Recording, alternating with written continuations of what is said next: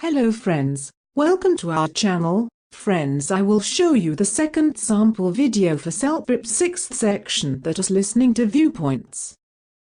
If you want to see all of the Celpip tutorials, then you can search on YouTube by writing Celpipster. You will find all the other tutorial series here.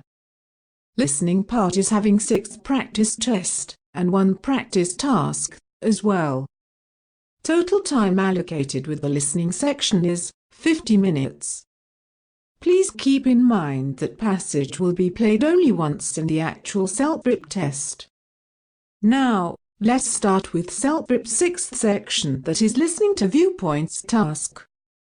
In this task you will listen to a small audio and will have total 6 questions. You will find options in this task in the form of drop-down and need to choose the most appropriate option from the options given in the drop-down. Let's take an example now. Please listen to the audio. The American Academy of Sleep Medicine, with the help of a panel of experts, has released its first ever official recommendations for how much shut-eye children need.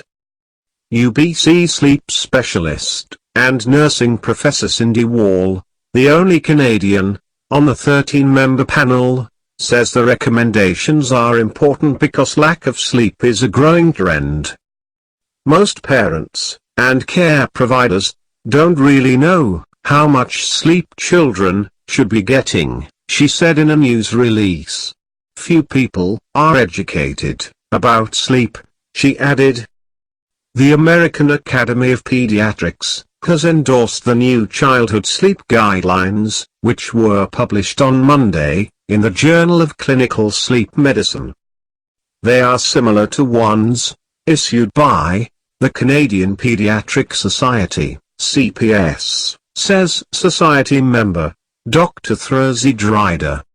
She says people don't take sleep as seriously as they should, and that a good night's sleep is as important as what you eat and whether you exercise. That's why CPS will endorse the Canadian 24-hour movement behavior guidelines for children and youth later this month, she says. Those guidelines will harmonize recommendations for physical activity, sedentary behavior, and sleep, and will represent the first time these behaviors are integrated as a single recommendation, according to its website. Sleep is absolutely integral to physical growth, as well as development, cognitive, and emotional development, says Dr. Harry Mayan, a pediatric sleep specialist at the Children's Hospital of Eastern Ontario in Ottawa. It's absolutely critical to make sure parents are informed, the pediatrician says. She has the current Canadian guidelines plastered on the walls of her clinics. For people of all ages, the right amount of sleep improves attention, behavior, memory, and overall mental and physical health. Failing to get enough sleep has dire consequences. It is associated with an increase in injuries, hypertension, obesity, and depression. So, what can parents do to avoid sleep-deprived and cranky children?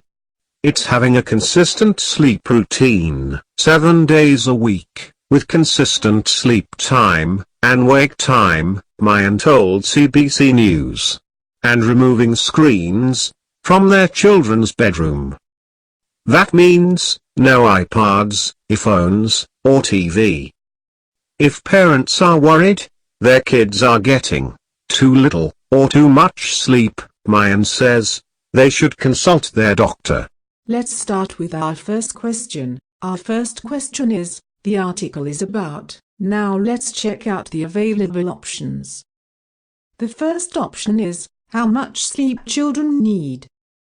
Second option is, sleep deprivation. Third option is, dire consequences of sleeplessness. And last, fourth option is, getting little or too much sleep.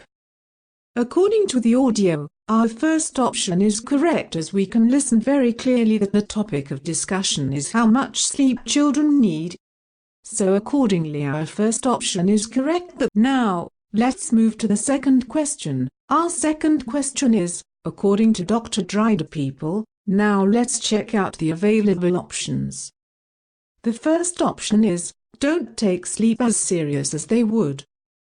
Second option is, don't understand the value of exercise. Third option is, don't need good food for sleep. And last fourth option is, waste time on phones. According to the audio, our first option is correct, as we can listen very clearly that Dr. Dryder suggested people not to take sleep as serious as they would. So accordingly our first option is correct, that is, don't take sleep as serious as they would. Let's see our third question. Our third question is, according to Dr. Harry, sleep is absolutely. Now let's check out the available options. The first option is, integral to physical and mental growth.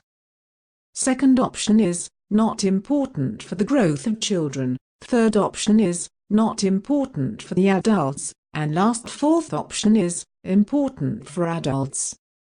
According to our question, I think our first option is correct, as we can listen very clearly in the audio that Dr. Harry to that sleep is necessary for the integral to physical and mental growth.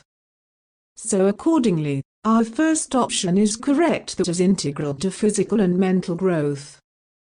Now let's move to our fourth question. Our fourth question is, the pediatricians are of view that the parents should be. Now our available options are, option 1 is, informed about sleeping hours. Option 2 is, informed about dire consequences. Option 3 is, informed about hypertensions. And last option 4 is, informed about cranky children. We can listen very clearly in the audio that parents should be allowed about the children's sleeping hours. So accordingly our first option is correct, that is informed about sleeping hours. Let's move to our fifth question. Our fifth question is, for people of all ages, the right amount of sleep improves. Let's check out the available options. Option 1 is, attention, memory and overall health. Option 2 is, the brain functioning. Option 3 is, physical health. And last option 4 is, the outlook of body. According to the audio, our first option is correct, as the right amount of sleep helps to improve attention, memory and overall health. So accordingly our first option is correct. That is attention, memory and overall health. Now let's see our last sixth question. Our sixth question is, to avoid sleep-deprived and cranky children, parents should. Let's check out the available options. Option 1 is, remove screens from their children's bedroom. Option 2 is, be strict with their children. Option 3 is, be worried about their children. And last option 4 is, make their children sleep on time. According to the audio, our first option is correct, as we can listen in the audio that parents should remove screens from children's bedroom to avoid sleep deprivation. So accordingly our first option is correct, that is remove screens from their children's bedroom.